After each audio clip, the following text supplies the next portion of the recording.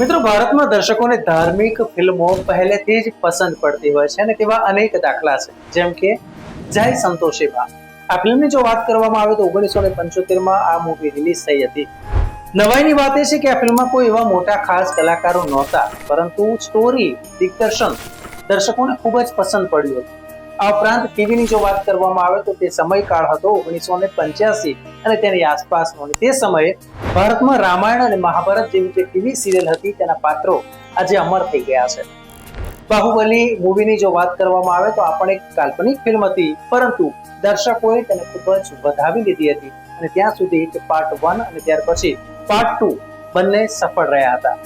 હવે વાત કરવી છે આગામી ફિલ્મ રામાયણની. રામાયણ આગામી નવેમ્બર 2025 એટલે કે દિવાળીના પીરિયડમાં રિલીઝ થવા જઈ રહી છે.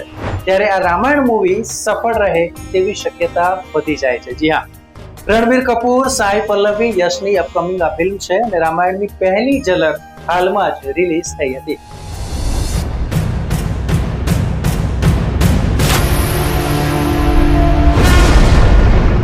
નિતેશ તિવારીના નિર્દેશનમાં બનેલી આ ફિલ્મ પાછળ ફોક્સ સ્ટુડિયો છે, જેમણે માર્કેટ કેપમાં ફિલ્મની પહેલી ઝલક સામે આવતા જ શાનદાર ઉછાળો જોવા મળ્યો છે.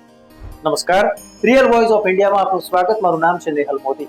મિત્રો, છેલ્લા કેટલાક સમયથી સતત એવી ચર્ચા ચાલતી હતી કે રણબીર કપૂર દ્વારા અભિનીત ફિલ્મ રામાયણ ક્યારે રિલીઝ થશે. ત્યારે હવે અપકમિંગ ફિલ્મ રામાયણની પહેલી ઝલક પણ સામે આવી ચૂકી છે.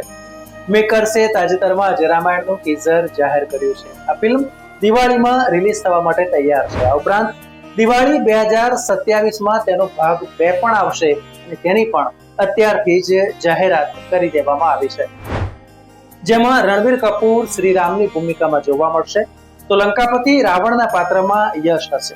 આ ફિલ્મના નિર્દેશક નિતેશ તિવારી છે અને પ્રોડ્યુસર નમિત મલ્હોત્રા છે. ફિલ્મની પહેલી ઝલક સામે આવી છે ત્યારે બોલિવૂડ અત્યારે તેજીના માહોલમાં હોય તેવું સ્પષ્ટ લાગી રહ્યું છે. નમિત મલ્હોત્રાના પ્રાઇમ ફોક્સ સ્ટુડિયોને આનો જબરજસ્ત ફાયદો અત્યારથી મળવાનો શરૂ થઈ ગયો છે. ફિલ્મની રિલીઝ પહેલા જ શેરબજારમાં સ્ટુડિયોની કિસ્મત ચમકતી જોવા મળી રહી છે. આ ફિલ્મના ટીઝરને લઈને પ્રાઇમ ફોક્સ સ્ટુડિયોના માર્કેટ કેપમાં શાનદાર તેજી જોવા મળી રહી છે. પ્રાઇમ ફોક્સ સ્ટુડિયોને બોમ્બે સ્ટોક એક્સચેન્જમાં લિસ્ટેડ છે, ત્યારે કંપનીના બોર્ડ દ્વારા 462.7 મિલિયન ઇક્વિટી શેર જાહેર કરવાની મંજૂરી આપ્યા પછી તેને ખૂબ જ મોટો નફો થઈ રહ્યો છે. આનાથી કંપનીના શેરના ભાવમાં 30%નો ઉછાળો આવ્યો છે. 25 જૂનથી 1 જુલાઈ દરમિયાન શેરનો ભાવ 113.47 વધીને 149.69 પૈસા થયો. પરંતુ રામાયણના પ્રથમ ઝલકમાં નમિત મલ્હોત્રાની આગેવાની હેઠળના પ્રાઇમ ફોક્સ સ્ટુડિયોઝ માટે વધુ એક બીજો ફાયદો પણ સામે આવ્યો છે.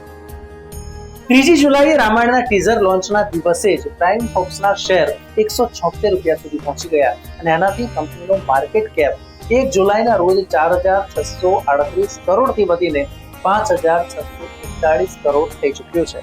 આ સાથે જ રામાયણના નિર્માતાઓએ ફિલ્મ રિલીઝ થાય તે પહેલા માત્ર 2 દિવસમાં જ 1,000 કરોડ રૂપિયાનો ઉછાળો જોવા મળ્યો છે.